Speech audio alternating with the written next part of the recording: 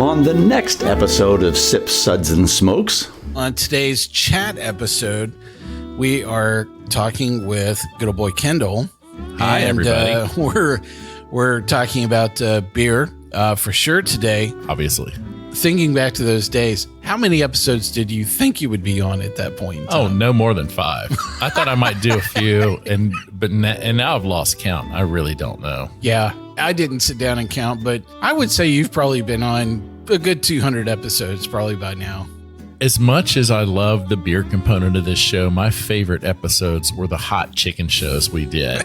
At Party Foul, we had some hot chicken lovers together, and we blind tasted like 5 or 6 different restaurants' hot chicken, and that was a blast. The next morning was not so fun, but the hot chicken shows were fantastic. We'll be right back after this break.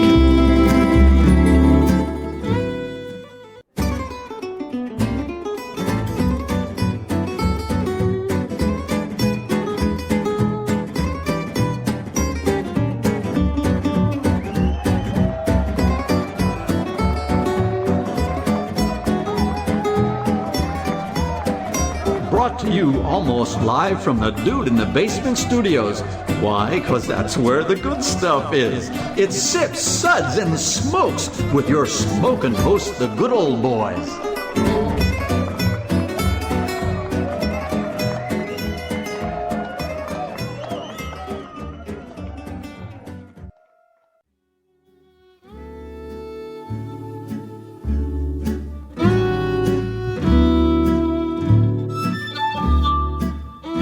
Get ready to learn everything you ever wanted to know and a whole lot that you didn't. It's time for a Chats episode. Hey, welcome to this Chats episode where everything good in life is worth discussing. I'm good old boy Mike, and joining me here today is good old boy Kendall. Mike, it is a pleasure to be here with you today, and just you. I'm really excited about this. Yeah, this is going to be cool. Our chat segments are all about people behind the products or services that we talk about here on Sips, Suds, and Smokes. And today our episode is actually celebrating, one of our co-hosts on our 10th season of Sips, Suds, and Smokes. It's crazy we've been around that long. It's just absolutely just completely nuts that we've been around this long. So I'm so happy to feature, this discussion, today with Kendall. Do you remember how we first met? Oh, I do. Yeah. You do? Yeah. I cannot remember that. It was at Craft Brewed. In fact, it's back in 2014. I was working part-time there in the evenings. Oh, that's right. And Ryan, who worked on the liquor side, said you were going to be coming in that night, and you were an award-winning podcaster, and I needed to meet you because you were like the beer guy in town. So many people. We had early days there working with Craft Brewed. So Sean, who is still on the show, right?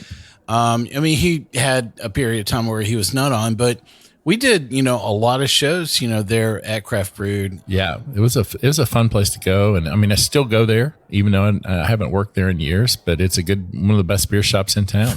So one of my favorite stories about some of those early episodes at Craft Brewed was that was one of the times we did audience participation. And I can't remember what beers we were talking about, but we had some people that we pulled from, within Craft Brewed if they wanted to be on the show. We recorded back in the back room, which was pure concrete. It was like the worst place on the face of the planet you could have possibly recorded. We had the worst gear on the planet. I think I've probably taken this episode down, probably because I was so ashamed of how that went. But I'll never forget the guy that came up, and we were asking them, I can't remember what the question was. It was like, what would be the question that you would ask the brewer? And he leaned into the microphone and he goes, what about them naughty parts? It's just like, dude, we're on NPR. Seriously? I can hear the ombudsman going, yeah, those guys are definitely off, for no reason whatsoever. But a lot of great days, there at Craft Brewed early on. And more importantly, it led to a lot of, people that have been on the show. Ryan's been on the show. You've been on the show. Sean's been on the show. Been quite a few of us. Everybody but Chip, who owns Craft Brewed. Actually, Chip was on an episode. He was on that episode where the guy with the naughty live parts. talk? Yeah, he did. Yeah. That was pretty funny. And I love the fact that Craft Brewed is still around. I mean, I hung out with Brandon there, the other night. I was just in there having beers last week. It's a great spot. It's not in my neighborhood, so I don't get down that way as much. But when I am, I always stop by. Yeah, and there's always interesting things that seem to be flowing on there, and that was the big Black Friday. They put all the stuff on from Bourbon County and all these big end of the year beers, and yeah, so I show up on Tuesday, like a week later, which is 2 for Tuesday, and kind of help to clean the kegs out. So. Yeah, I saw that they put a lot of the leftover draft into crowlers. Yeah. It's I was not there in the morning. I don't wake up and stand in line for beer anymore. It's I'd rather sleep. Yeah. It was funny that Reverend Mark dropped by there as well, and it was interesting that he and I picked exactly the same batch of Bourbon County. It was that special batch 4 or something like that that they put out. That was our favorite out of the entire batch lineup. 4 was good. I just had that at the Saucer last week. Really? Yep. Wow. Had one last round there before they shut her down. Yeah, that's sad. So interesting. They come and they go, and yet we're still here, man. There's always places to drink beer. Yeah. So thinking back to those days, how many episodes did you think you would be on at that point? Oh, no more than 5. I thought I might do a few, and now I've lost count. I really don't know. Yeah. I didn't sit down and count, but I would say you've probably been on a good 200 episodes probably by now. Oh, really? Yeah. I was figuring about 50 to 70. Oh, no, you've been on a lot more than that. I've been on quite a few. That's for sure. Yep. And I would say that we've tolerated Dave equally over that period of time. It's really funny, but I know you've said this a lot, but you're like, I don't know that I'm part of the OG. That's not true, so you are as much of the fabric. I did not start till 2015. I think that was season 4. Yeah, but still, I mean, I can't imagine having, even a few months drift by without you being on at least one episode. So I've listened to those early years. Went back in 2014, listened to everything you guys did. So I felt like I knew you even before I got on with you. Wow. Those are really some pretty interesting and some really bad episodes. They were fun. Time. We were learning. I think it was the technical component of it that really just, kind of crawls at me. Although I look at a lot of the people and the conversations we had, and it's like watching, a train wreck in slow motion that nothing really bad happens, It's like, wow, it missed the goat, the trash can, it missed the mailbox, the train's still standing upright, It's somehow. like, somehow, some way, that's the way it went down. Well, we are drinking today, and we're going to be chatting about some of these beers as we're going to go along. So we've pulled in some things from the cellar. We have some fresh local beers. And the funny thing is what happened up front. Oh, yeah. We both brought a beer that was long past its prime. It was just like, how do you do that? I mean, we both have very eclectic cellars, and for some reason, both of us, completely independent of each other, walked down and grabbed. I grabbed one that was absolutely infected. So I don't mind talking about it. It was actually the quadruple Big Bad Baptist. Let's see. It was like batch 3 or something.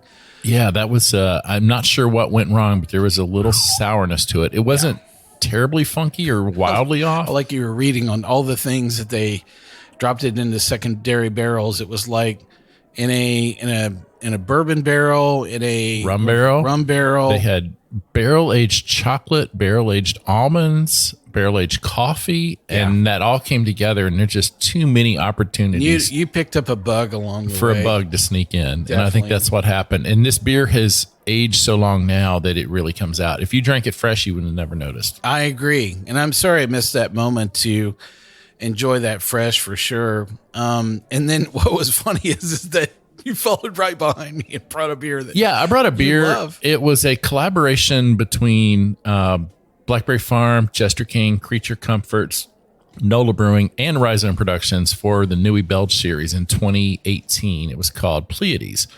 And it was a fantastic beer. But even last year I had a bottle and it's like, okay, this thing is past its prime. It's still very good beer, but it's not as sharp as it was at year 2. And it's been about another year. I had one bottle left. It might be the last bottle in the world. And it had just fallen off a lot, which happens. That's why you don't want to just fill a cellar full of beer and age it. I'm now convinced that you should mostly drink your beer fresh. Absolutely. And, once stuff is about past 3 years old, you probably should drink it. Absolutely. And, I think that's what's interesting is I think that we have all learned about how to manage, beer cellars, over time. And yet, here's like 2 diehard industry veterans and we still got it dead wrong. So I'm willing clearing out so much of my cellar. My cellar will never be as big as it used to be. So definitely our Suds rating for the Big Bad Baptist Quad from 2012, I think it was. So I think that was definitely a 1 for sure. And the Pleiades, I'd give it a 1. You're gonna give it a 1. Still tasted generally like beer. Well, we've swapped, and I will tell you that we actually moved on to a beer that is actually pretty good. It's beautiful. So this is the Great Divide 20th anniversary. And this beer was actually made with grapes. And tell them about the grape it was made with. Now that you're going to make me pronounce it, the Viognier. I'm sorry. I didn't mean to put you on the spot. I was trying to grab the bottle and say, so this is from French. 2014. It's held up. I had no idea it was that old. Yeah. I would not have guessed this is a 7-year-old beer. So it's really funny. So, of all the beers that I, tend to think of, especially ones that I've aged with Great Divide, Yeti would definitely be, definitely the ones that you would age. So Yeti this will is age. not. This is actually a Belgian ale. Yeah, just a Belgian golden ale. Really dry, that with the grape juice in there. I think the yeast just tore that up and just attacked it. And it is super dry. It's clean. It's not you're not getting a lot of those big Belgian-y esters. And it's just a beautiful beer. I can't believe how carbonated it is. The head on this thing is amazing. Well, I only hope that we're around for 20 years, to be celebrating something. I think so. For sure. But wow, what would be your rating on the Great Divide? I'd give it a 4. A 4. Wow. I'm going to stick with that as well. It feels like it's fallen off just a little bit. Oh, and I bet around year 3 and 4, this thing was beautiful. Yeah. But it's still amazing. And it's always really cool. And the thing that you and I both noticed was when I popped the crown cap. The CO2 was like dead on perfect. We were like, oh, yeah, I know that noise. Yeah. I was like, yeah. It was like, okay, I'm with you now for sure. Well, we're going to be enjoying a little bit more beer. I'm sorry, I actually don't have any more fresh local beer for us to enjoy. I've got some fresh homebrew I made. Really? Yeah. Okay. We can get into that later. To that. Yeah, for sure. We're going to talk a little bit more about Kendall's background and all things beer and hot chicken after the break here. Hey, welcome back to Sip, Suds, and Smokes. On today's chat episode, we are talking with good old Boy Kendall. Hi, everybody. We're talking about beer for sure today. Obviously. Yeah. So what is like one of your most memorable moments, on the show? As much as I love the beer component of this show, my favorite episodes were the hot chicken shows we did. At Party Foul, we had some hot chicken lovers together, and we blind tasted like 5 or 6 different restaurants' hot chicken, and that was a blast. The next morning was not so fun, but the hot chicken shows were fantastic. So, rather interesting, episodes. So, I want to talk about these 2 hot chicken episodes that we did have definitely withstood, time quite well. And I'm really proud of the fact that I think the way that we approached it really both allowed us to capture, the conversation, around hot chicken. I've not really heard anybody do it quite the way we did. No, it was fun. So the first episode was called I Yearn for the Burn. And it was about I think we took about 7 or 8 different restaurants, and we tasted them all blind. And then we rated, them completely blind. And then we announced the first, second, and third, choices out of that. And those places are still around. This was like 7-8 years ago, right? And all but one are operational, and the one that's not operational is it's working on coming back. Yeah. So they just changed locations, which is a pepper fire in the storyline. So the first episode is called "I Yearn for the Burn." So here's my favorite clip, at least from that episode, and then I'll tell you what happened with the second episode. Right after this.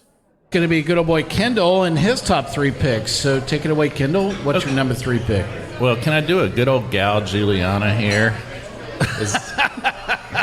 Are you going to say there's honorable mentions? There is an honorable mention. My goodness. Because for me, picking number 3, my number 3 was difficult because I thought B was really flavorful. It was moist, but just not enough to get it up to what my real number 3 pick was, which was G, which I just thought had great moistness, really good fried chicken flavor, and it had a heat that didn't hit you right at first, but boy, when it snuck up on you, it hit you hard. It was just hot.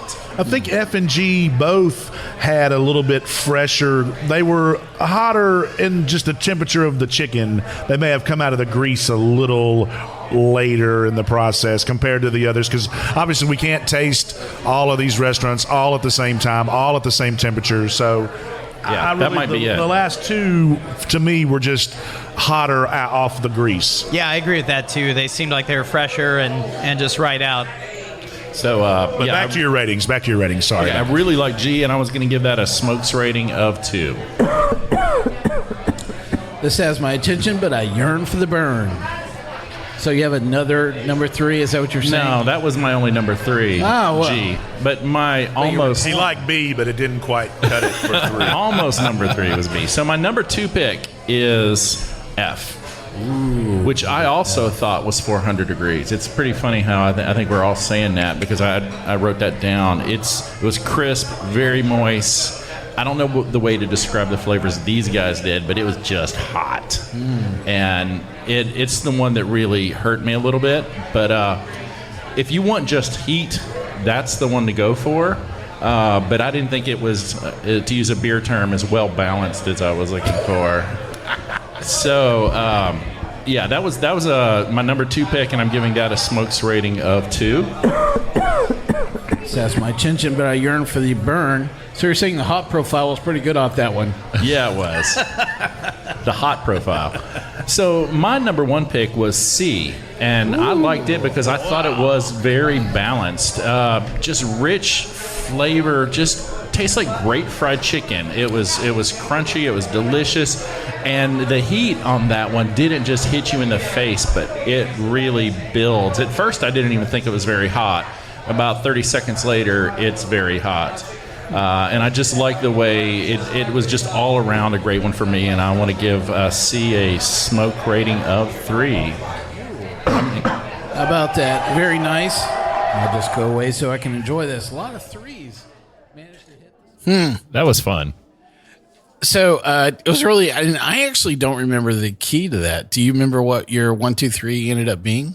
I remember what the collective 1, 2, 3 was. I think I was close to the collective. I think I picked pepper fire and poultry fowl for sure. Okay, so our 1, 2, 3, and I don't remember the order.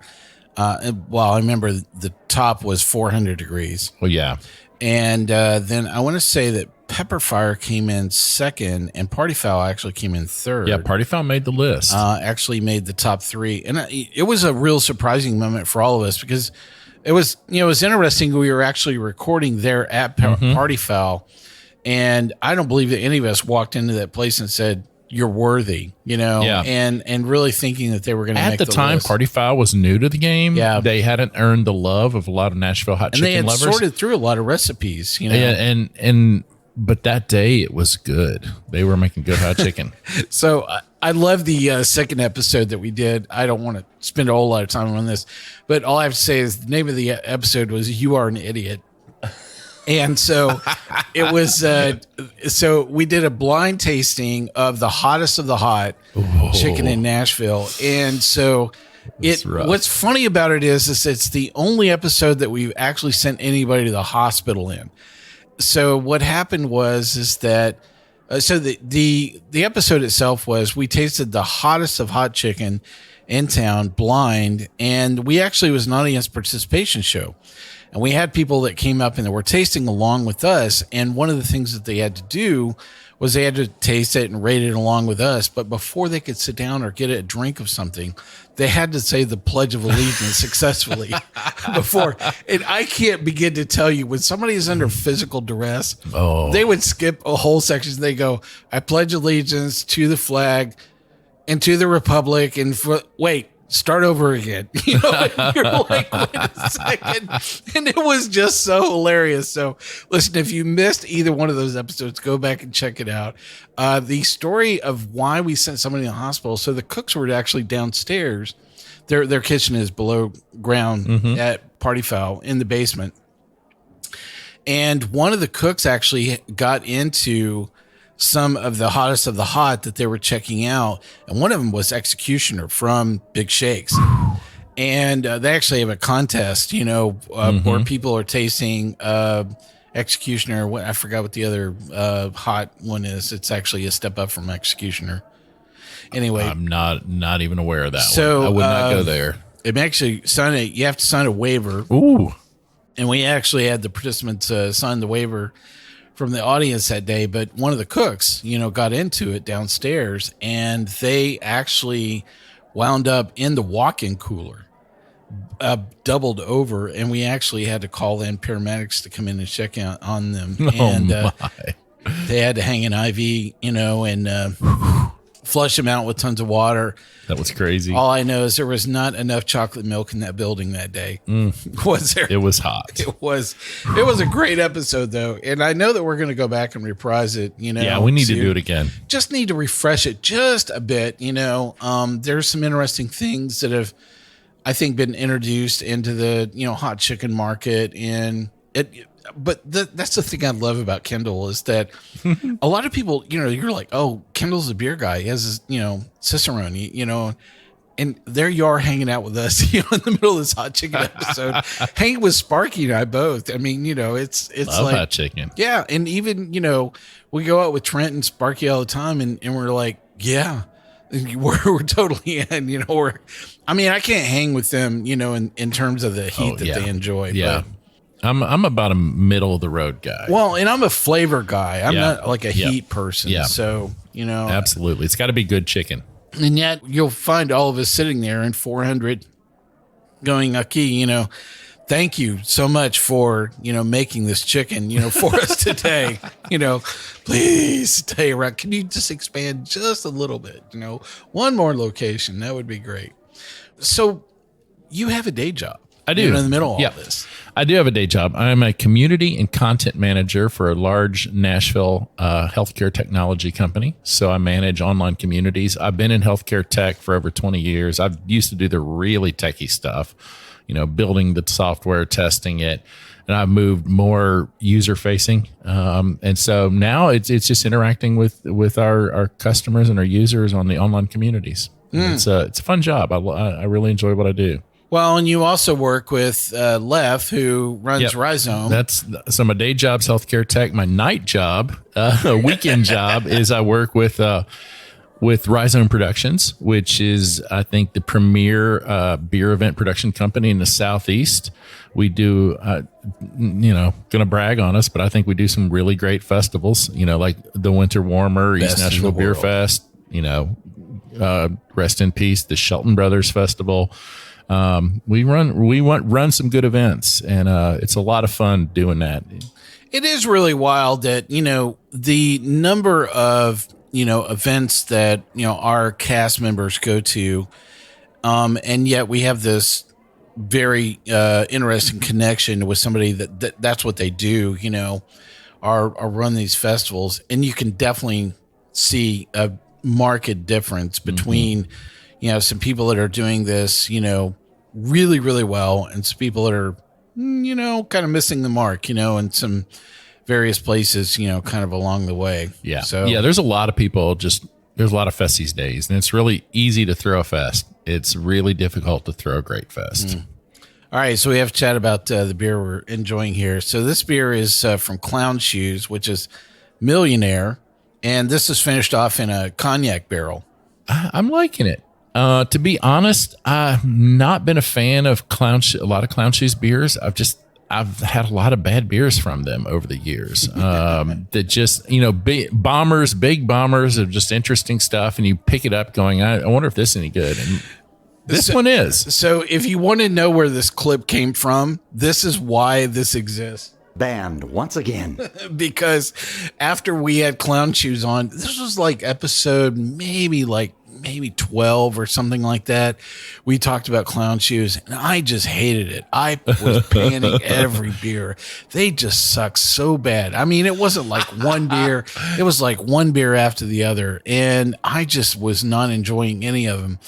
And I think John and Jim were both on that episode. And wow, man, I got this like nasty gram from them, 2 or 3 weeks after broadcast. Oh, wow. And not only did they not like what I said, but they actually enlisted the town council to ban us from ever coming into, the town where Clown Shoes was at. Oh, that's and so hilarious. That was where that sound clip finally came around. I'm like, oh, cool. We've been banned from some part of the planet. And I'm like, hey, that's an okay thing to be banned from. Like I said, not had a great experience with their beers over the years. I know it has been kind of a mixed result, component. But give them credit. This one's a decent beer. I'm kind of digging it. What's funny is all the Massachusetts, beer that I've had. This is Massachusetts, right? I think it is. I'm not even sure. Ipswich. I'm sorry.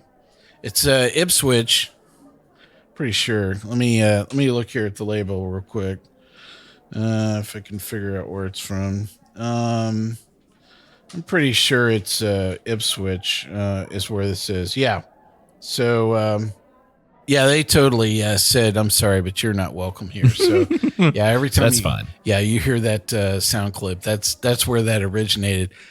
I'm happy to say that we're banned, and not only just Ipswich, but we're banned in 28 municipalities, 3 countries. Canadians still just are on the fence, about it all. So, that's the way it goes, for us for sure. I love your blog. And so tell us all about Beer Makes 3.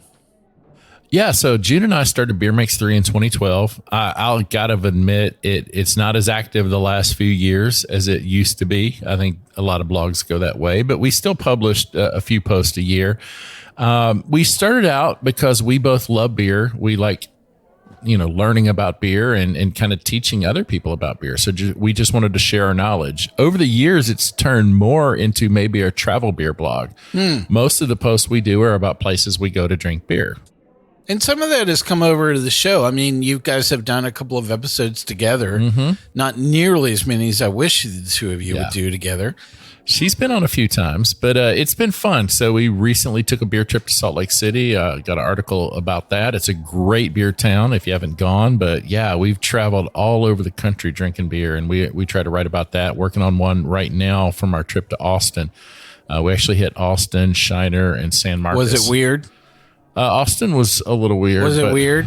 Not that weird. Was it weird? No, not too weird. Not Portland weird. I mean, I guess Austin thinks they're weird. They're not Portland weird. No, I think Portland's strange and Austin's weird. I think that's how it works. Is that right?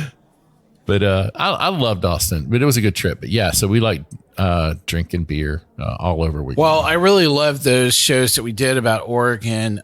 So we did actually several shows covering things in Oregon. We did one was the trip that you and June took, which was actually traveling. You did this giant circle. Yeah, we did a circle around Oregon. And what was interesting is I think you were actually there on the day that Elasian sold out, or you were like within like a couple of weeks or something when they moved to InBev. Yeah, I think we might have been up in Spokane about when that happened, because we got up to Spokane and through the Washington area in Oregon quite a bit, because she used to have family up there. Yeah. But the other episode that you and I did was actually we did a show for the Portland Visitor Bureau. Yeah. And I really loved that episode. We had That was great. That was great. And it's a good city. We talked about such a broad range of things. I mean, I love that town. And it's definitely one of, the parts of the country. A lot of people ask me, my favorite parts of the planet. And I mean, I love, walking, or I should say driving up and down Waterfall Alley. And, I mean, it's just really, the Pontiac Dam was gorgeous.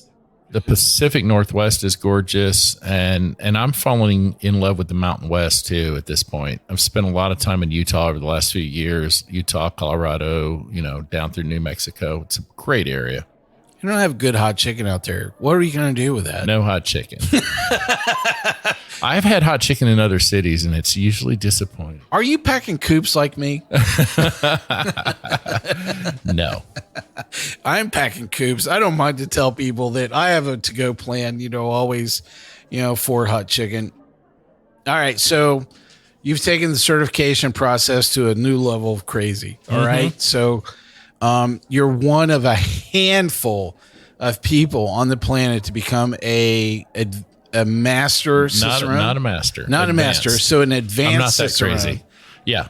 They actually were able to mint a few more in 2021. There's about 140 of us now. 140 advanced Cicerones. Yeah. So that's been a lot of fun. I love the process because I love learning about beer. And so it was a great way. I'm also a BJCP judge. So when I learn about beer, I want to really make sure I know it. And the reason I went through the certification was to try to kind of give me a sanity check. If I can say I know about beer, but if I don't prove it to anybody, do I really know anything? So that's just the way my mind works. Yeah. And I really loved, I actually dropped by while you're in the middle of pounding down 30 Pilsners to tell the difference. Yeah. So funny. That's the fun part. You get to drink a lot of beer. You were just so into it, that day. I was like, Kendall, what are you doing? You're like, I'm studying. I'm like, got a lot of beer there on the table, man. So a lot of blind tasting. It's a great way to learn about beer. And you actually tattooed fermentation right there. I did. It's right there. The formula's on my arm. We'll be right back in 1 minute. Hey, welcome back to Sip, Suds, and Smokes. This is good old boy Mike, and on today's chat episode, I'm chatting with good old boy Kendall. It's a lot of fun doing this. So how long did the tattoo take? I want to know. I've never asked you the mechanics of it. The tattoo took maybe a half an hour because it's simple black line. I mean, it's just black ink. And when they don't have to do shading or colors, it's really fast. It's 2 hours. I had it done by a great tattoo artist. Her name is English. She works up in Inglewood and at forget the name of the tattoo shop. But she did a great job. So about a half an hour. So I can explain it. It's the chemistry equation of fermentation. So C6H12O6 turns into 2C2H6O plus 2CO2. So that's fermentation. You take sugar and it turns into alcohol and CO2. There you go. But I wanted a beer tattoo, but I didn't want a ridiculous, glass of beer on my arm or you didn't want the Cicerone logo. Well, yeah, that too. But I really wanted something obscure and nerdy. Yeah. So I got that one. But it was when I was studying for Cicerone exam is when I came across the formula, and it's like, that'd make a great tattoo. So piece of history you don't know about me. So actually that was the path that I was on I actually was in chemical engineering very early on. I had no idea. I was split right in between going into computer engineering and chemical engineering. I made a lot better grades in chemical engineering than I did in a lot of the technology classes. Just because, you were studying a lot of things that were almost 10 years old by the time, from the technical side. Right. And, chemistry has, been around, for a long time. Yep. And, everybody was betting on me to go the route of chemical engineer. Yeah, so and you became a lawyer. Yeah, I defied everybody. Became a lawyer. So there you go. I don't know what to tell you, about that. It's just right turn, right left, and yeah. So that's kind of how it goes. So I love this. So this shared experience you and I have. It's really funny because I think the only judging experience you and I have done was the can thing. Oh yeah, the Can Awards. Yeah, I think that was the only one that you and I did together. Is that right? I think so.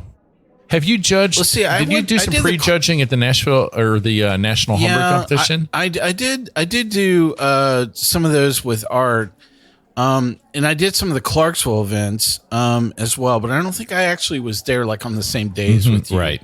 So, but it's interesting because I don't homebrew on the regular. I have brewed a lot of beer, but I don't have my regular rig that I actually just borrow Reverend Mark's and, right.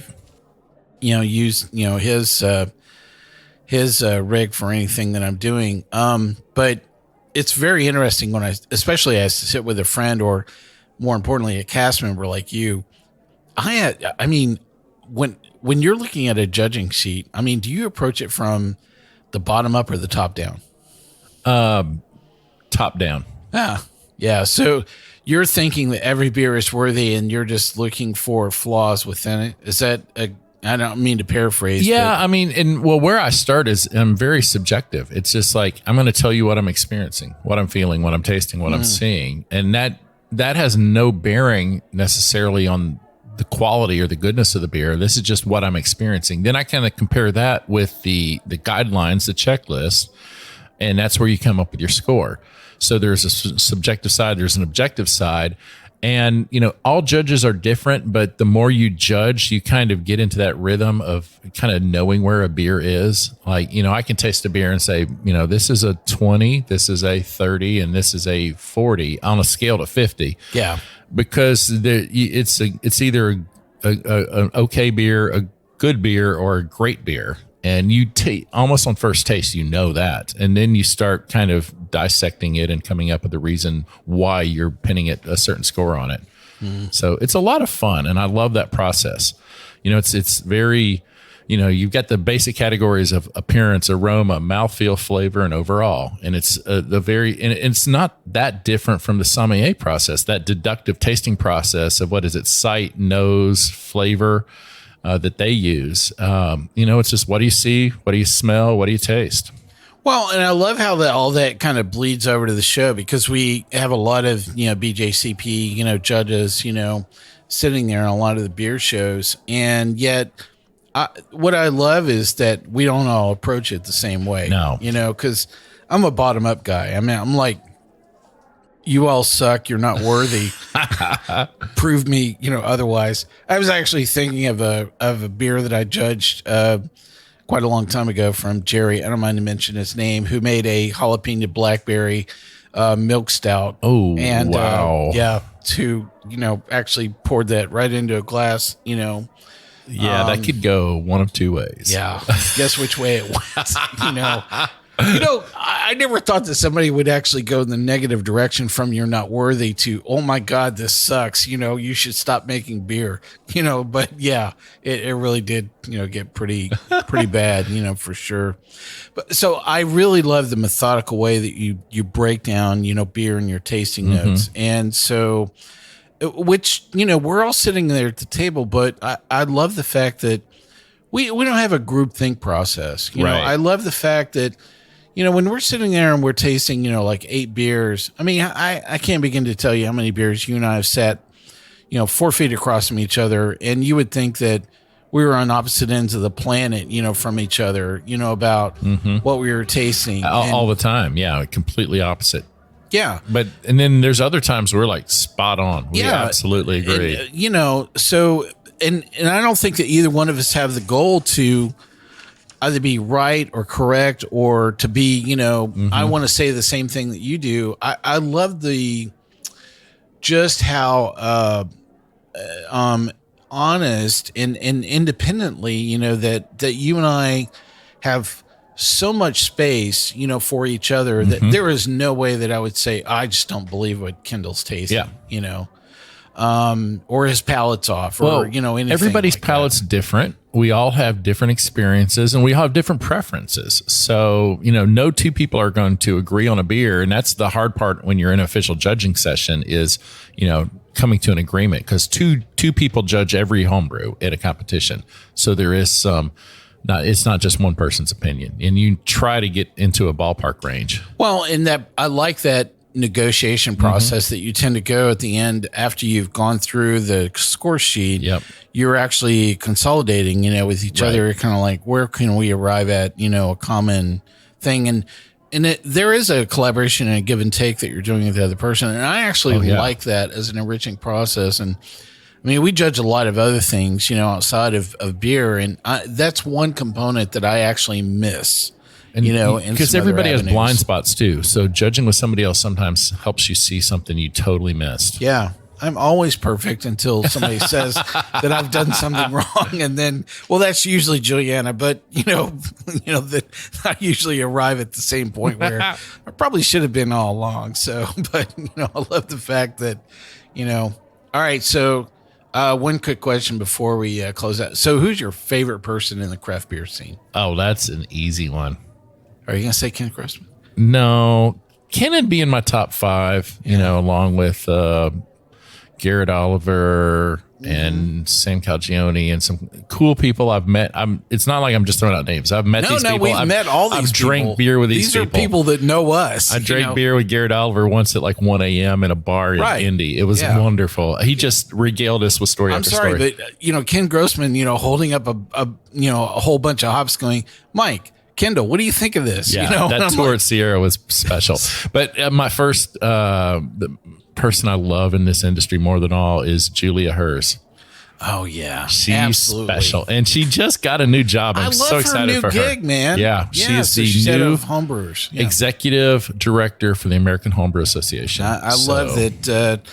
She is absolutely one of our favorite people on the planet. She's a firecracker. She loves craft beer. She was at the Brewers Association. I think every beer lover in the country was bummed when they heard she got laid off as the craft beer director from the Brewers Association, because the Brewers Association had a rough 2020 and they had to let go a lot of wonderful people, many of them friends of mine. And I knew Julia was going to be great. I never would have thought she would go back and run the AHA, but as a home brewer, I'm very excited. I'm a member of that organization. I'm glad she's going to be at the top. Yeah. She has more passion for craft beer than about anybody I know. All right. So I am a huge fan of the late James Lipton from the Actors Studio.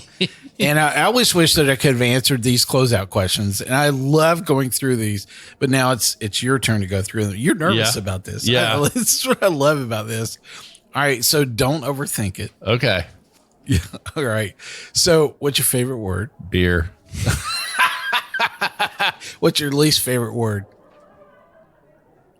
Last call. Yeah. Yeah. That's a good one. I'm not quick on my feet like this. I'm just helping you. Don't seriously. What's your least favorite word? I don't know. I don't know if I've got one. If I had to pick for you, it would be no. No. Yeah. The word no. Just no. Yeah, just the word no. So let's see. What turns you on? My beautiful wife. Oh wow. Let's see. What turns you off? Bad aromas. Ooh. Man, we've been around some places where that's the case. Oh, yeah. It's like, seriously, whatever was in that keg, please just, right. It's like, that doesn't need to be dumped. That need to be evacuated. So, yeah. Let's see. What sound or noise do you love? That pop of CO2 when you open a beer. Ooh, wow. Interesting. Yep. Yeah, I agree. That is a good sound. So what sound or noise do you hate? The gurgling you hear when you kick the keg. Oh, wow. I don't have that noise loaded, but I know how that goes. You're like, oh, man, this is about to end, for sure. All right. What's your favorite curse word? Can I say that on the air? Yeah, you can. Yeah. Oh, fuck. Now, why is the F word so popular with like 90% of the people? It's just got a great sound to it. Is this an adverb? It's a noun. It's an adjective. You can use it in so many ways, and it just comes out, easily. I completely agree. Could get us banned from like 300 radio stations. NPR, right? Yeah, and the FCC in case we don't bleep that out. So, what profession other than your own would you like to attempt? A pilot. Ooh, really? Yeah. Wow. I love airplanes. I like flying. Huh. So, I worked for American for 2 years. I don't know if you knew that. I did not know that. Yes. I know how to run airlines. So that's where I made and lost my first million. Was airline operations. And so literally like probably 20 of the world's largest airlines run on the same operating model that I was in a small team of 20 people that helped develop back in the mid 80s. So literally, I mean, you name an airline, I'll go, yep, they use it. Yep, they use it. And so, yeah, Wow. that was, and so one of the things we had to do was we had to cross train between union people and non-union. So I was management. Okay. And so you had to train into a union job so that in case they ever, were on strike, you could still run the airline. And you had a lot of choices back then. You could learn how to be a flight attendant or, you could run some other parts of the airline, baggage, but so much of my time was actually spent with people in equipment dispatch, aircraft equipment. So I became a flight dispatcher. Oh, wow. So I went through the whole process of learning how to, do flight dispatch and getting certified, with the FAA and taking the exams and all that jazz. Yeah, I know more about waypoints than you ever want to know. But one of the cool things we got to do is we actually got to hop into the flight simulators because it was all part of the same, building. And so that's where they did flight simulators and they did all of the flight attendant training for evacuation and over water landing, certification and everything else. But yeah, the flight simulators were totally cool. That sounds fun. So it was not unusual for me to actually get 2 hours of flight simulator time, in pretty much any modern, aircraft. Wow. Yeah. That would be fun. I have to say probably my favorite aircraft at that time was the 757. Yeah. And that was like one of the first, glass cockpits, kind of thing. And it was a really cool aircraft where you had a combination of fly-by-wire, components as well as, full glass cockpit, that you actually got to go through. And yeah, actually, there was a lot of people that were encouraging me, to go all the way through flight school and stuff. And yeah, at the end of the day, where did I wind up? Making beer podcast. Yeah, and going to law school. So there you go. So yeah, that dream got crushed, behind a few beers. So yeah, but really, an airline pilot. That'd be fun. Yeah. So, but we're almost out of time, right? Yeah, we're getting there. So there's one question you didn't ask me, which was, what's my favorite beer? What is your favorite beer? I've got a great answer for this. Yeah, Orval. Orval, really? Wow. Because if you know Orval, Belgian Pale Ale with Brettanomyces, the beer ages. And it doesn't matter. If I can only have one beer to drink the rest of my life, it's Orval. Because a fresh Orval tastes different than a 3-year-old Orval, tastes different than a 5-year-old Orval. And so no matter which Orval I'm drinking, I'm always getting a different beer. Interesting. So Orval Day takes a whole new context for you. I absolutely love Orval Day. It is really a fantastic beer. Well, I look forward to having Orval with you soon. Well, it's really super great stuff. That's going to wrap it up for today's chat episode. Take it away on the post roll there, Drew. We hope you enjoyed this episode. If you're listening to us online, do yourself a favor and tap the subscribe button. Give it a little tappy. Tap, tap, tap-a-roo. The easiest way to listen to our show is to ask Siri, Alexa, Google, Uncle Larry, or whoever it is that talks to you on your phone. Play podcast Sip, Suds, and Smokes.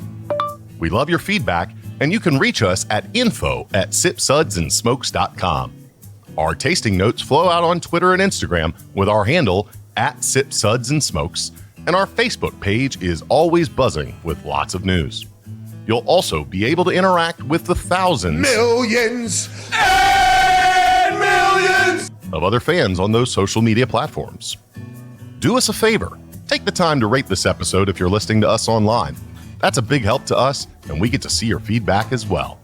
Come back, join us for another episode, and keep on sipping.